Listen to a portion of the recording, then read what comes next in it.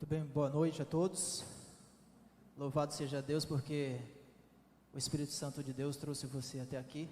Você que nos acompanha pelas redes sociais, que o Espírito Santo de Deus também seja derramado sobre sua vida e que você que está nas redes sociais, você que está aqui, abra o seu coração para que o Espírito Santo de Deus fale com você e fale comigo através da palavra de Deus. Hoje, na verdade, essa semana eu tenho meditado bastante sobre o derramamento do Espírito Santo no povo de Deus nos últimos tempos.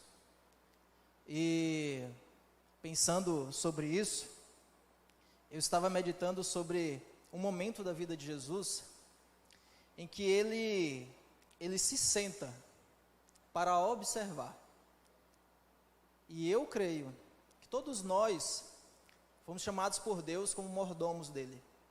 Eu creio que todos nós, em cada um de nós, na verdade, somos chamados por Deus para exercer a fidelidade a esse Deus, para sermos mordomos, eleitos por Deus para cuidar, de levar adiante essa linda mensagem de salvação, de renovo e de cura. Como foi falado anteriormente, eu acredito que todos nós temos uma pessoa ou alguém, ou nós mesmos, para ser curado, transformado.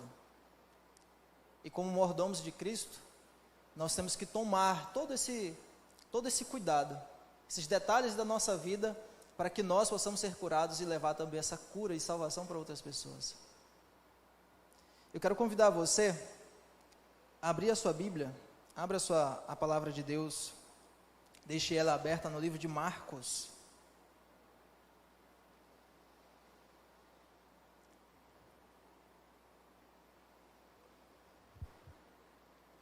Muito bem? No livro de Marcos, capítulo 12.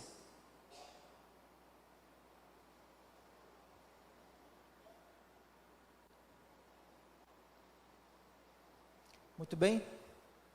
Palavra de Deus aberta, então convido você a fechar os seus olhos, para que possamos pedir que o Espírito Santo de Deus nos dê entendimento e sabedoria. Feche seus olhos. Querido bom Deus, amado Pai, santificado o Senhor e exaltado seja o teu nome. Queremos, ó Deus, clamar a Ti para que derrame sobre nós o Espírito Santo, que venhamos a entender a Tua palavra e que ela continue sendo vida e salvação para cada um de nós. Como servos Teus, somos agradecidos e que o Senhor continue conosco, em nome de Jesus. Amém. Muito bem, nós vamos falar de um momento da vida de Jesus em que ele se senta para observar uma cena, né? Jesus, ele não tinha, na verdade na Bíblia você não encontra tantos momentos assim que Jesus para apenas para observar. Na maioria das vezes Jesus estava ensinando, pregando, curando, salvando. Esse era Jesus. Mas em um certo momento no livro de Marcos, capítulo 12, verso 41 ao verso 44, você vai ver uma cena bastante diferente do contexto bíblico, que Jesus ele se senta para observar. Depois de um longo momento de discussão, Jesus ele se senta entre o pátio dos gentios e o pátio das mulheres, né? Conhecido como a Porta Formosa, né? No Talmud apresenta Jesus sentado entre esses pátios, porque no contexto em que Jesus estava, existia sim uma separação, né, no contexto entre as mulheres e os homens. E nesse momento Jesus para observar as pessoas colocando ofertas, moedas, né? E Jesus simplesmente observa, ele só observa.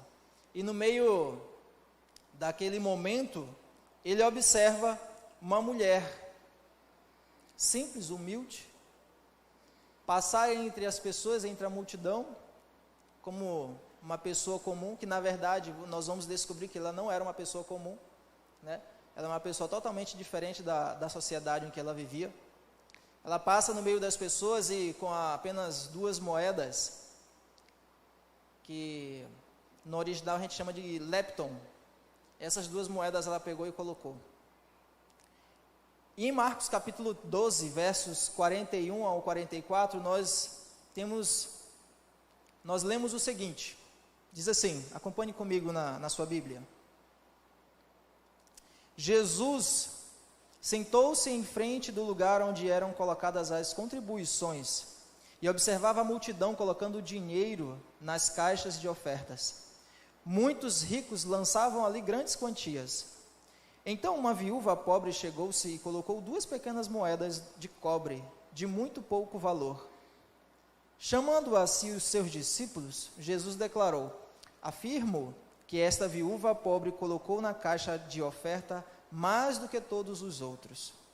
Todos deram do que lhes sobrava, mas ela, da sua pobreza, deu tudo o que possuía para viver. Jesus revela para nós alguns aspectos da vida do cristão. Algumas pessoas, quando faz a leitura desse texto, apenas fixam o seu olhar apenas naquilo que foi doado. Mas nós sabemos que Jesus, Ele é Deus. E Ele vai muito além daquilo que os olhos humanos podem ver. Ele vê o coração das pessoas. E aquela mulher estava revelando para nós que doar significa fazer sacrifícios. Significa você se sacrificar por algo maior do que aquilo que você acredita. E alguns aspectos interessantes sobre o relato que nós temos aqui é o gasofilácio. O gasofilácio não era apenas uma caixa ou uma vasilha para se colocar as ofertas. O gasofilácio era um ambiente onde apareciam aproximadamente 13 caixas para se colocar ofertas diferentes, né? No templo havia essa separação de aproximadamente 13 caixas e as pessoas iam lá colocar ofertas para a compra de óleo, ofertas para a compra de trigo, ofertas para ajudar no sacerdócio e assim sucessivamente. Nós não temos esse sistema aqui, né? Quando nós doamos as nossas ofertas, dízimos e ofertas, ok? Mas naquela época havia essa divisão e aquela mulher, a Bíblia não fala, mas a Bíblia apenas apresenta ela se colocando à frente para fazer uma doação de sacrifício. A viúva citada por Jesus, você tem que entender o contexto da vida dela, ok? Para que você possa entender por que Jesus chamou os discípulos e disse assim: olha, observem bem, aquela mulher que está colocando apenas 2 moedas, está doando mais do que aqueles que colocaram um saco cheio de moedas. Porque Jesus, ele foge do contexto racional do ser humano. Enquanto nós observamos pessoas colocando muito dinheiro e dizemos assim: esse doou bastante, né? Esse doou bastante, muito dinheiro, vai ajudar na obra, na construção, na pregação do Evangelho, isso é muito bom. Só que existe um aspecto sobre o ato de doar que Jesus quer chamar a nossa atenção, a minha e a sua. E na semana passada, na verdade no início do mês de janeiro, eu estava dando um estudo bíblico, justamente sobre o ato de doar, né, de ofertar. Ele vai muito mais além de você simplesmente pegar um dinheiro, separar um dinheiro e colocar e dar como seu dízimo e sua oferta. Vai muito mais além do que isso. Jesus apresenta para nós uma viúva que no século I passava por situações altamente difíceis, que para muitas pessoas aqui, se vivesse naquele período, naquela época, iria dizer: é insuportável, eu prefiro a morte. Vocês conhecem o contexto das viúvas na época. Elas eram totalmente desprezadas pela sociedade, né? Não tinham o suporte que deveriam ter, né? Eram mulheres que deveriam se virar de outras maneiras para conseguir o seu próprio sustento. Aí você volta o seu olhar para as moedas que ela estava dando, né? No Talmud, essas moedas, elas são chamadas de lipton. Eu achei até interessante esse contexto, porque elas são 2 moedinhas de cobre. São 2 moedinhas de cobre. Não é muita coisa, não é nem de ouro. São 2 moedas de cobre. E ela, com todo o seu esforço, Jesus nos apresenta que ela doou tudo que tinha, tudo o que possuía, apenas 2 moedas de cobre. Você percebe algo na história que Jesus está contando?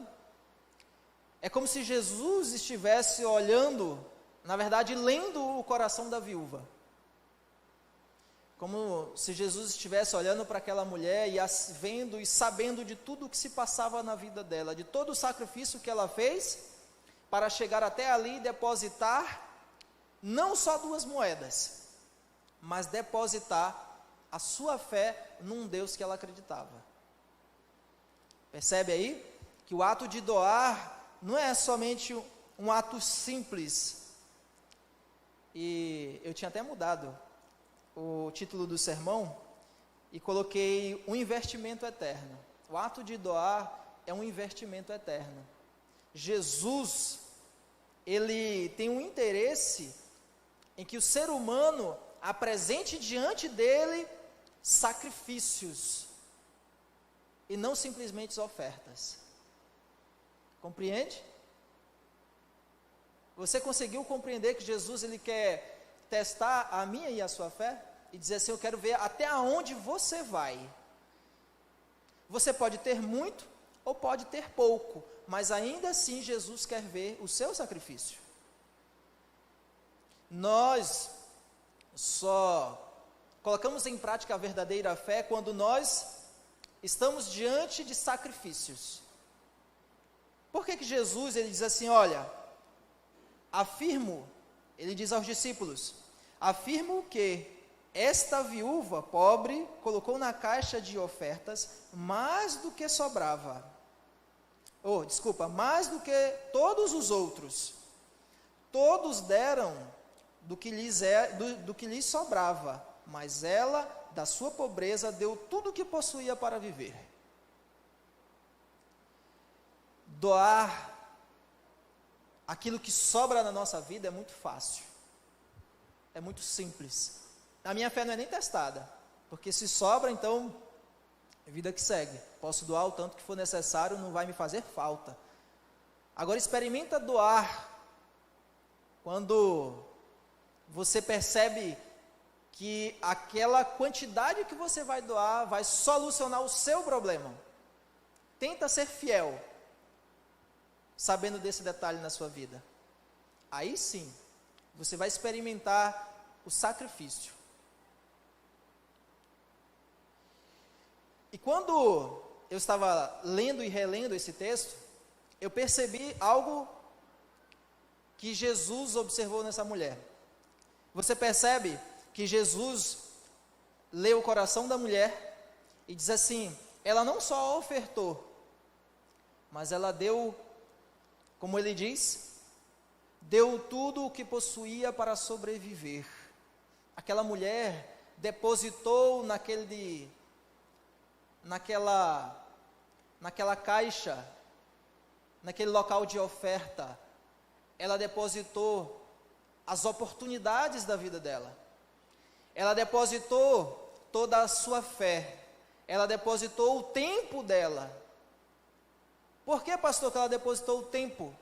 Porque aquelas 2 moedas não surgiram no bolso dela do nada. Concordam comigo? Não é não? Não surgiu do nada. Aquelas 2 moedas, fruto de trabalho e oportunidade que ela teve no passado para conquistar aquelas 2 moedas.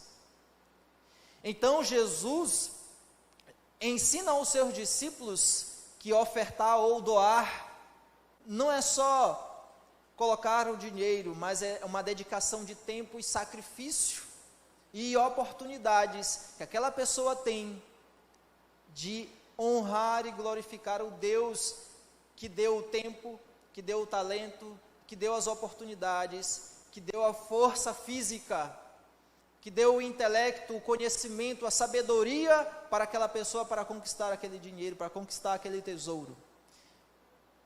Então Deus, Ele requer de mim e de você um sacrifício que vai muito mais além do que as nossas ofertas. Ele quer que você sacrifique o seu tempo para Ele. As oportunidades da sua vida, Ele quer que você sacrifique para Ele. Nós vivemos um período da nossa vida, na verdade não é nem da nossa vida, do mundo em que nós vivemos, em que Jesus está prestes a voltar. Eu creio nisso. E Ele coloca na nossa frente oportunidades em que nós, através do nosso sacrifício, devemos levar adiante a fé em um Deus que breve virá. Existem pessoas lá fora que serão salvas pelo nosso sacrifício.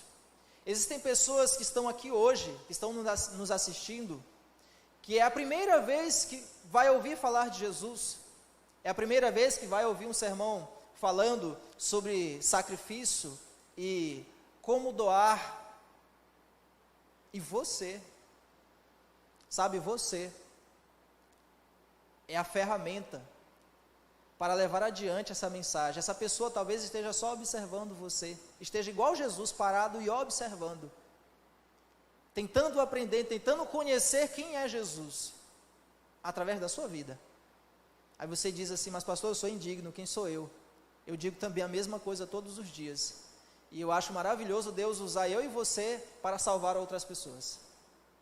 Eu me sinto indigno, mas ainda assim eu me sinto orgulhoso de Deus me escolher para salvar outras pessoas. Sinta também assim. Sinta no seu coração o desejo ardente de pregar a palavra de Deus através da sua vida. Tem outro contexto nessa história, que alguns comentaristas dizem que o ato de ofertar ou de doar é um ato natural ou da natureza do próprio Deus. Por quê? Jesus foi o primeiro a doar. Na verdade, Deus foi o primeiro a doar. Porque Deus doou quem para nós? Jesus. Deus revela para nós o mesmo ensinamento que nós extraímos do texto de Marcos capítulo 12, verso 41 a 44. O ato de doar requer sacrifício. Quando Deus disse assim, eu vou enviar o meu filho para salvar os seres humanos, isso significa que Ele está fazendo um sacrifício muito grande. Por esse motivo nós temos aí João 3,16, que diz, porque Deus amou o mundo de tal maneira, que deu o seu próprio filho. Esse é um texto muito conhecido, mas quantas pessoas param para realmente entender a mensagem que Jesus quer trazer para todos nós? Que Ele é o primeiro doador, e Ele quer que nós sigamos o mesmo exemplo dele. O ato de ofertar ou de doar é de natureza de Deus. Ele ofertou primeiro, ofereceu o seu dom mais rico, Jesus Cristo, por todos nós, e nós devemos seguir os mesmos passos de Jesus, ofertar com sacrifício. Eu não falo ofertar só o dinheiro que você tem, eu falo você ofertar o seu tempo, o seu talento para Jesus, se apresentar diante de Deus e dizer, Senhor, eu estou aqui à sua disposição, me use, faça de mim um instrumento para levar adiante a linda mensagem de salvação para as outras pessoas. Eu não vou fazer essa pergunta, nem para os que estão assistindo, nem para você que está aqui, mas nós temos um dever a cumprir, salvar outras pessoas. E eu vou voltar e vou falar a mesma coisa, doar não é só você depositar a sua oferta, não. Teve um jovem que me perguntou, nesse evangelismo que eu estava realizando, e disse assim, mas pastor, eu não trabalho, o que eu posso fazer para salvar outras pessoas? Você tem o seu tempo, você tem o seu talento, você tem muita coisa ainda para oferecer para Deus. Você que é jovem, você que é adolescente, eu comecei a dar estudos bíblicos ainda novo, na adolescência. Eu tinha 13, 14, 15 anos. Nessa época eu já dava estudo bíblico. Nós precisamos levar o evangelho para as outras pessoas. As outras pessoas lá fora, elas nos assistem. Elas param para ver eu e você. Porque nós somos diferentes. Nós somos diferentes. Eu não lembro bem, mas teve uma meditação que falava o seguinte: o pastor, é uma meditação ministerial. O pastor, ele é diferente de todas as outras pessoas. Porque quando se aparecesse aqui 2 pastores, alguém sempre chama assim, pastor, não é não? Os 2 iam olhar, mas qual dos 2? É como se nós perdêssemos a nossa identidade, né? Mas não é. É porque nós nos doamos para uma obra. Mas além disso, eu e você temos algo muito mais semelhante. Sabe o que é? Nós abrimos o nosso coração para o Espírito Santo fazer uma transformação na nossa vida. E através dessa transformação, nós vamos revelar Jesus para as outras pessoas. As outras pessoas vão olhar para você e vão dizer assim, você é diferente, você é adventista do 7º dia. Você tem Jesus na sua vida. Você tem algo diferente das outras pessoas lá fora. E eu quero saber o que é. Às vezes a pessoa nem fala, ela simplesmente vai até você. Eu estava num PG, essa sexta-feira, e eles sabem muito bem do que eu estou falando. Existem pessoas procurando por Cristo. Você não precisa falar nada. Daqui a pouquinho elas vão procurar você. Entende? Nós estamos em um período em que Jesus está prestes a voltar. E nós precisamos do Espírito Santo de Deus na nossa vida, para que de fato, esses ensinamentos aqui possam se tornar uma realidade na nossa vida. Deus considera as 3 coisas em relação à nossa benevolência. A primeira, motivo para doar. Quais são os nossos motivos para doar?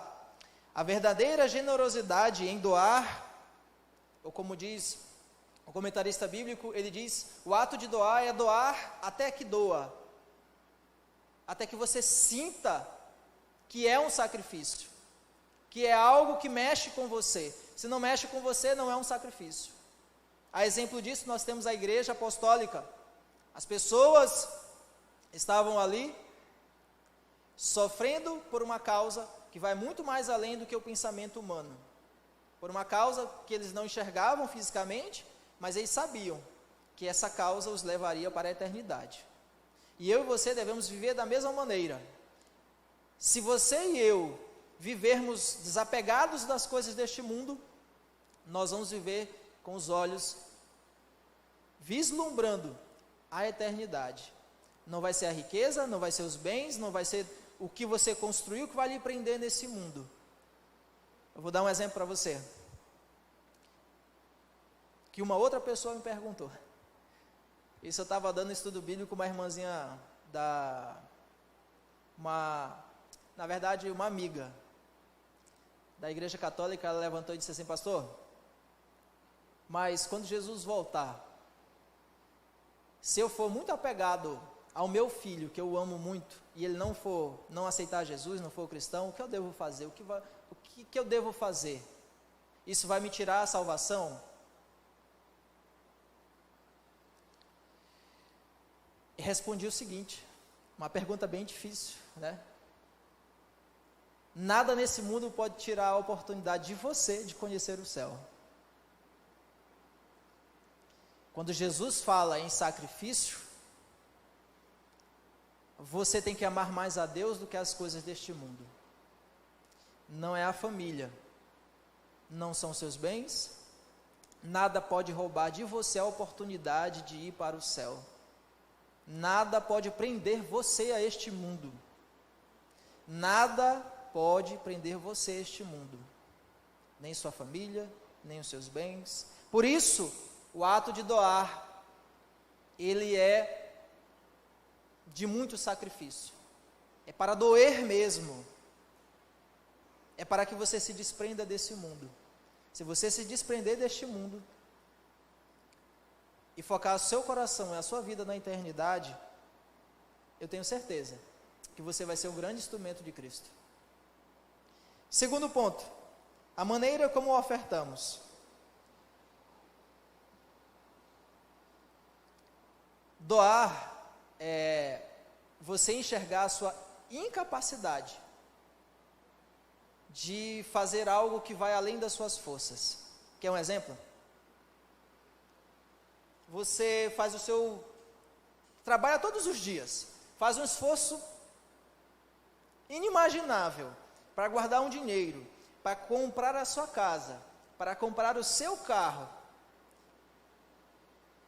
Como você se sentiria se você precisasse pegar tudo que você já construiu, comprou com o seu sacrifício, para dar para outra pessoa? Como você se sentiria? Ruim. Provavelmente você não daria para ninguém. Daria seu carro para mim, Odair? Não, moço, aquele lá, aquele grafite, né? Depois a gente conversa sobre isso.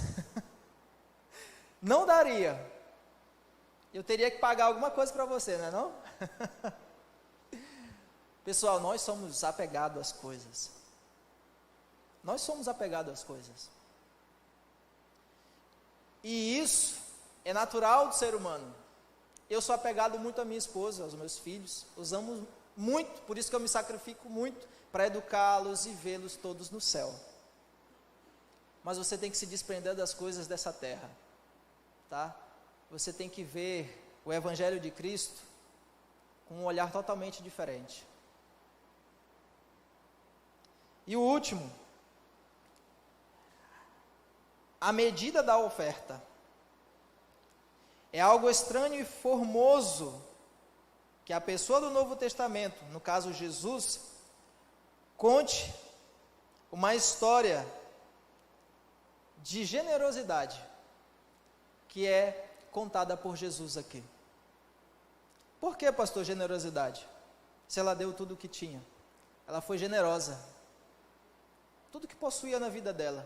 Não tinha mais nada para dar para Deus. Só tinha aquilo. Eu quero que você olhe para a sua vida, faça um estudo pessoal e veja o que falta. O que está faltando você dizer assim: Senhor, isso aqui é teu. Isso aqui pertence a você, não pertence mais a mim. Faça um estudo pessoal e diga assim: Senhor, tudo isso aqui é teu. Meu coração, minha mente, meus estudos, minha família, minha esposa, meus filhos, meu carro, minha casa, tudo é teu. Tudo é de Deus. Nada pertence a você. Se você tiver esse pensamento de que nada pertence a você, você vai viver uma vida desapegada a todas as coisas. Nada vai te prender neste mundo. Jesus nos ensina que tudo pertence a Ele e que nós somos apenas criaturas que devemos honrar e glorificar o Criador. Eu quero encerrar com o que Ellen White diz no livro Desejado de Todas as Nações. Ela diz assim: é o motivo que dá sentido às nossas ações, assinalando-as com ignomínia ou elevando o valor moral. Não são as grandes coisas que todos os olhos veem e toda a língua louva que Deus considera mais precioso. Os pequenos deveres cumpridos com contentamento, as pequenas dádivas que não fazem vista e podem parecer destituídas de valor aos olhos humanos, ocupam muitas vezes diante de Deus o mais alto lugar. Um coração de fé e amor é mais precioso para Deus que os mais custosos dons. No período em que nós vivemos, o Senhor Jesus está mais preocupado com o meu e o seu coração. Nesse período em que está breve a volta de Jesus, Ele está mais preocupado como está o seu coração.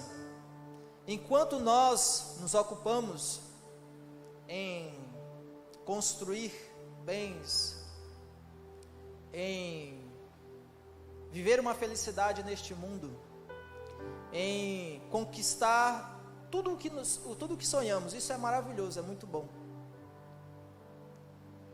Mas se você vive uma vida dessa maneira, tentando apenas conquistar aquilo que você sonha, aquilo que te traz uma felicidade terrena, você precisa rever. Porque Deus, Ele quer que você seja próspero e feliz neste mundo.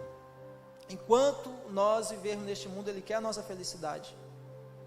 Mas Ele quer que eu e você vivamos com os pés nesta terra, mas com os olhos e o coração lá na eternidade, na grande promessa que Ele tem para todos nós. Que todos nós possamos doar para Cristo a nossa família, nosso bem mais precioso. Doar para Cristo os nossos talentos, que são muitos, o nosso tesouro, os nossos bens. Na nossa vida, que Ele venha a ser o primeiro, que os nossos sacrifícios possam ser realmente reais, que nós possamos nos doar para Ele, para a sua obra, para abreviar a sua volta, de fato e de verdade. Que Cristo Jesus alcance o seu coração. Talvez você esteja passando por uma situação tão difícil agora, esteja vivendo um momento que você não vê saída, mas Cristo quer que você doe para Ele o seu sofrimento, a sua dor, a sua angústia, e deixe Ele resolver por você.